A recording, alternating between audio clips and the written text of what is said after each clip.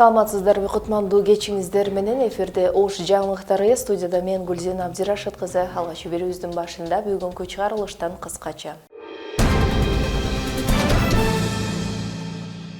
Садыр Жапаров бир катар өлкөлөрдүн ишеним грамоталарын кабыл алды. Араван райондук автобекети мамлекеттин балансына кайтарылды.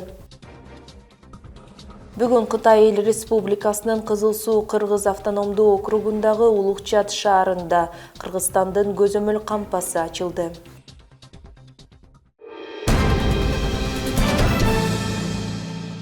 Президент Садыр Жапаров кол койгон жарлыкка ылайык Кыргызстандын Эфиопия Федеративдик Демократиялык Республикасы менен саясий, соода-экономикалык, илимий-техникалык жана маданий байланыштарын андан ары өнүктүрүүнү камсыз кылуу максатында Кыргыз Республикасынын дипломатиялык кызматы жөнүндө мыйзамынын 5-беренесинин 2-бөлүгүнө мамлекеттик органдардын Кыргыз Республикасынын тышкы саясат чөйрөсүндөгү өз ара аракеттенүүсү жөнүндө Кыргыз Республикасынын мыйзамынын 4-беренесинин 10-пунктуна ылайык токтом кылынды.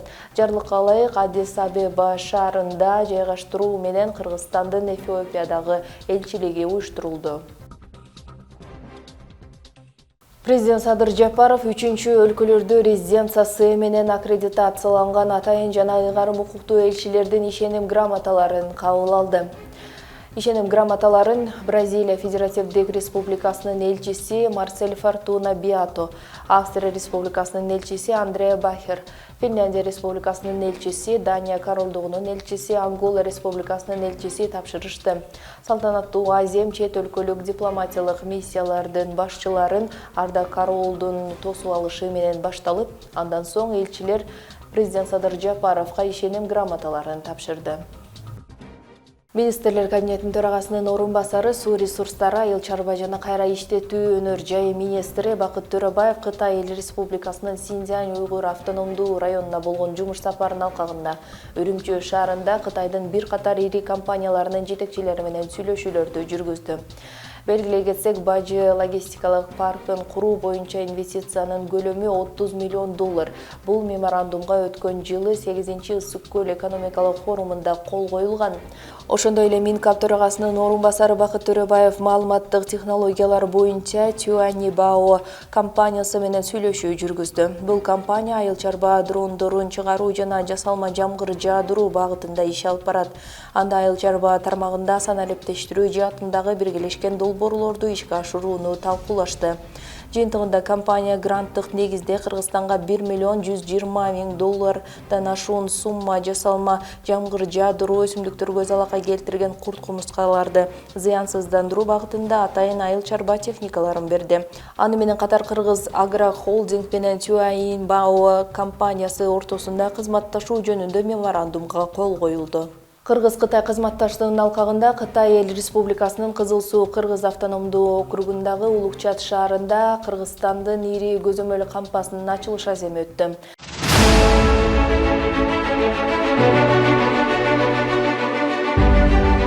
Бул жер Кытай Эл Республикасындагы Кызыл Суу Кыргыз автономиялык облусуна караштуу Улуучат ооданы. Бул жер ошондо Кыргызстан менен Кытай чектешкен Эркештам жана Торгат бекеттеринен 200 чакырымдай алысыкта турат. Кыргызстан эгемен алган жылдардан бери дал ушул аймакта алгачкы ирет көзөмөл өткөрүү кампасы ачылууда.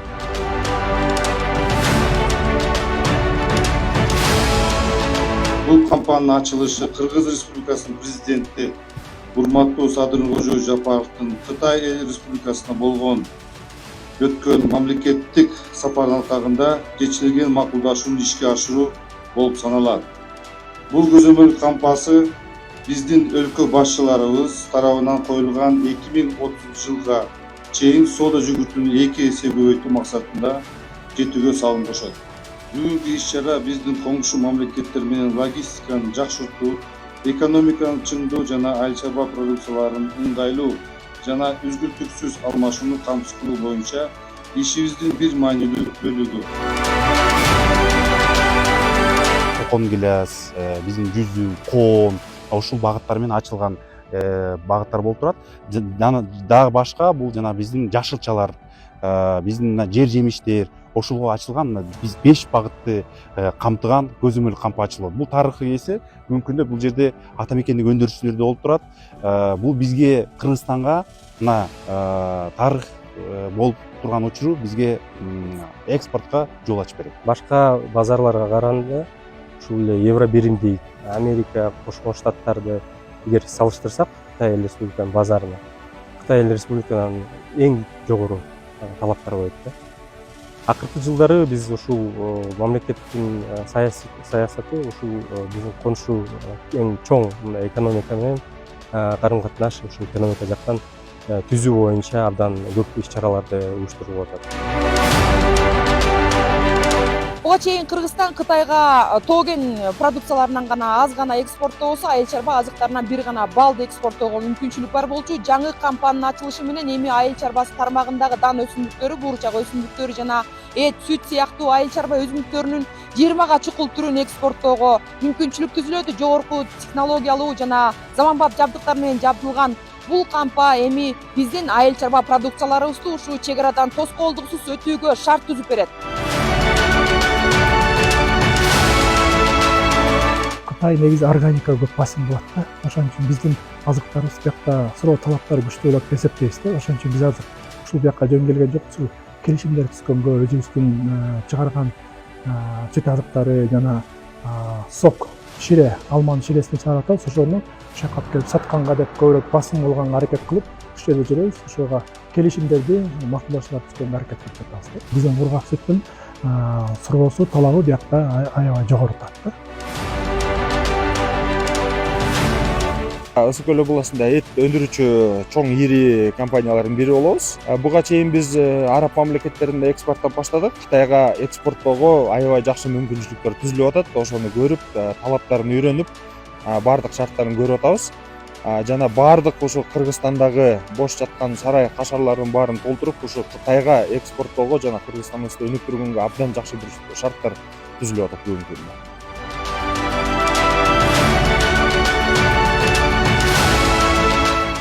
Жаңы ачылган көзөмөл өткөрүү кампасы эки өлкө ортосундагы бир алкак, бир жол долбоорунун алкагында соода агымдарын көбөйтөт жана жаңы логистикалык мүмкүнчүлүктөрдү ачат. Ошондой эле эки өлкө ортосундагы экономикалык кызматташтыкты бекемдеп, инвестициянын көбөйүшүнө шарт түзөт. Айжан Молдошова, Бекжан Токтосунов, Алато 24, Кытай Суар.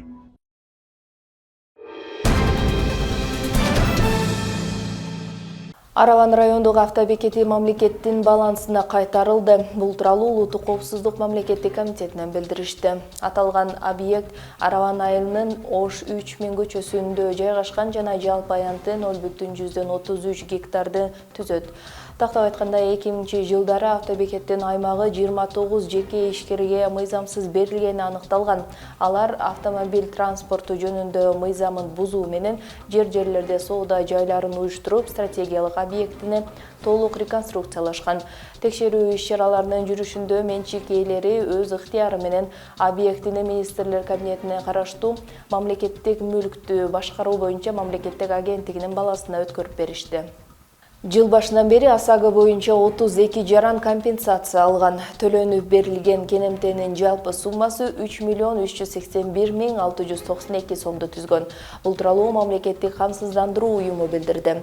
Маалыматта айтылгандай 2024-жылдын жыйынтыгы менен автотранспорт ээлерин жарандык жоопкерчилигин милдеттүү камсыздандыруу полистери боюнча 48 жаранга 4 миллиард 320 миң 153 сом суммасында төлөмдөр жүргүзүлгөн. Республика боюнча мыкты айыл өкмөтү сынагы жыйынтыкталды. Анда Ош облусунан катышкан Жоош айыл өкмөтү 1-орунга ээ болсо, Чоңалай айыл өкмөтү 3-орунду алган. Мында жыл ичинде айыл өкмөттөрдө аткарылган иштер, жергиликтүү тургундар үчүн түзүлгөн шарттары текшерилген. Сынакка катышкан айыл өкмөттөрдүн аткарган ишин атайын комиссия текшерип чыккан. Мыкты айыл өкмөтү сынагы мындан ары дагы улантылат.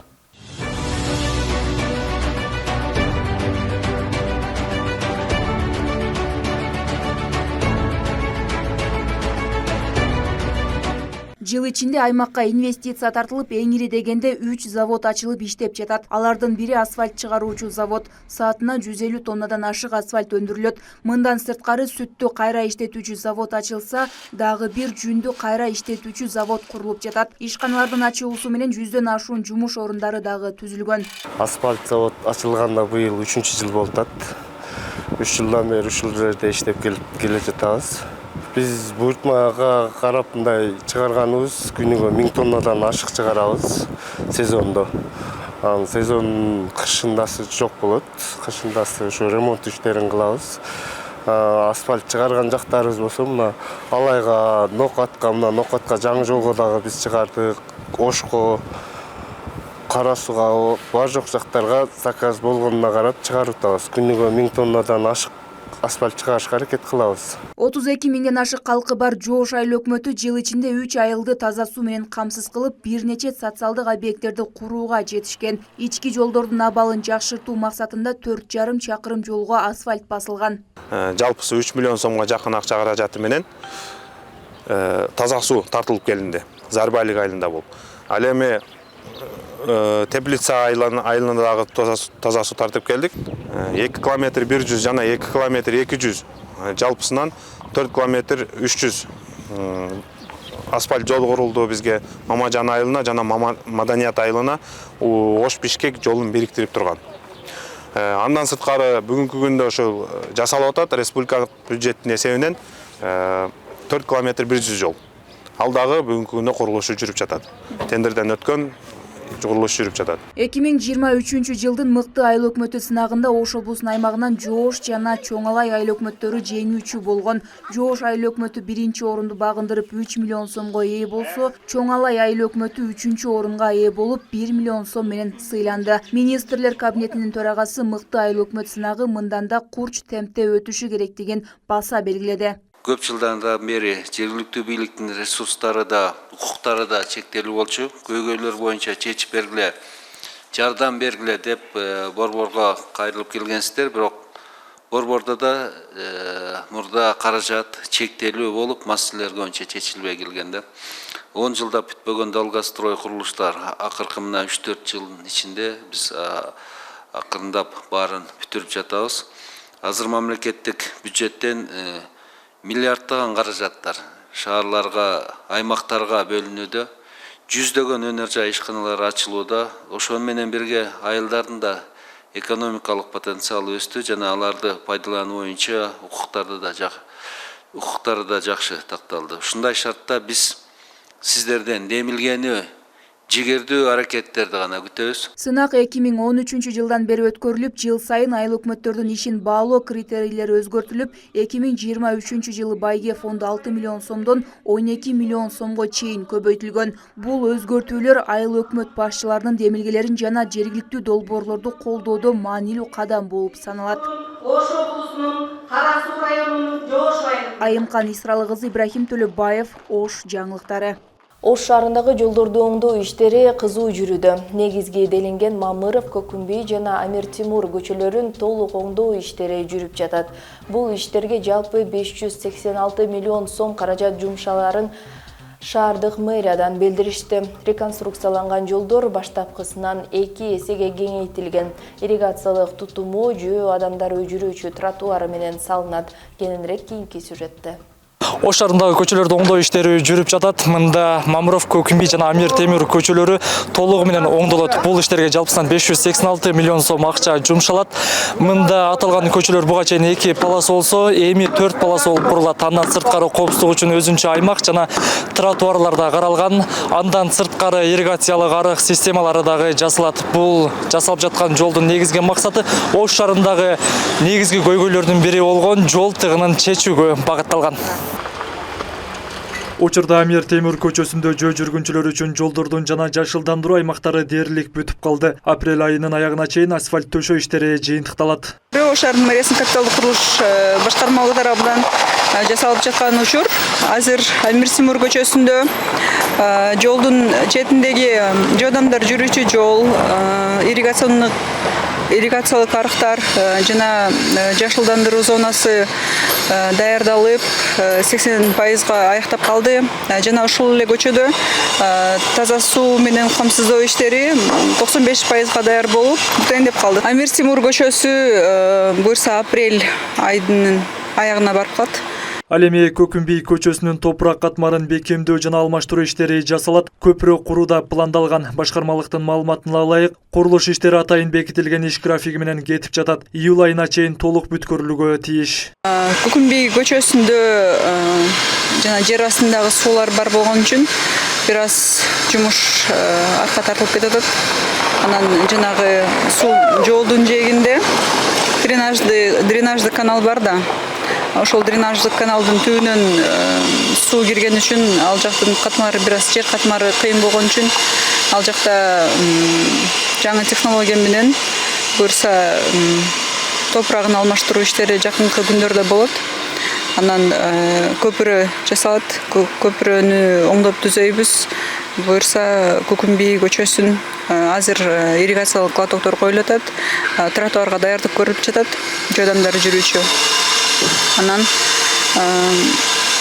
Көкүмбий көчөсүн где-то өзү бизде календарный график боюнча июль айынын аягына чейин буюрса май-июньга барып бүтүп калабыз.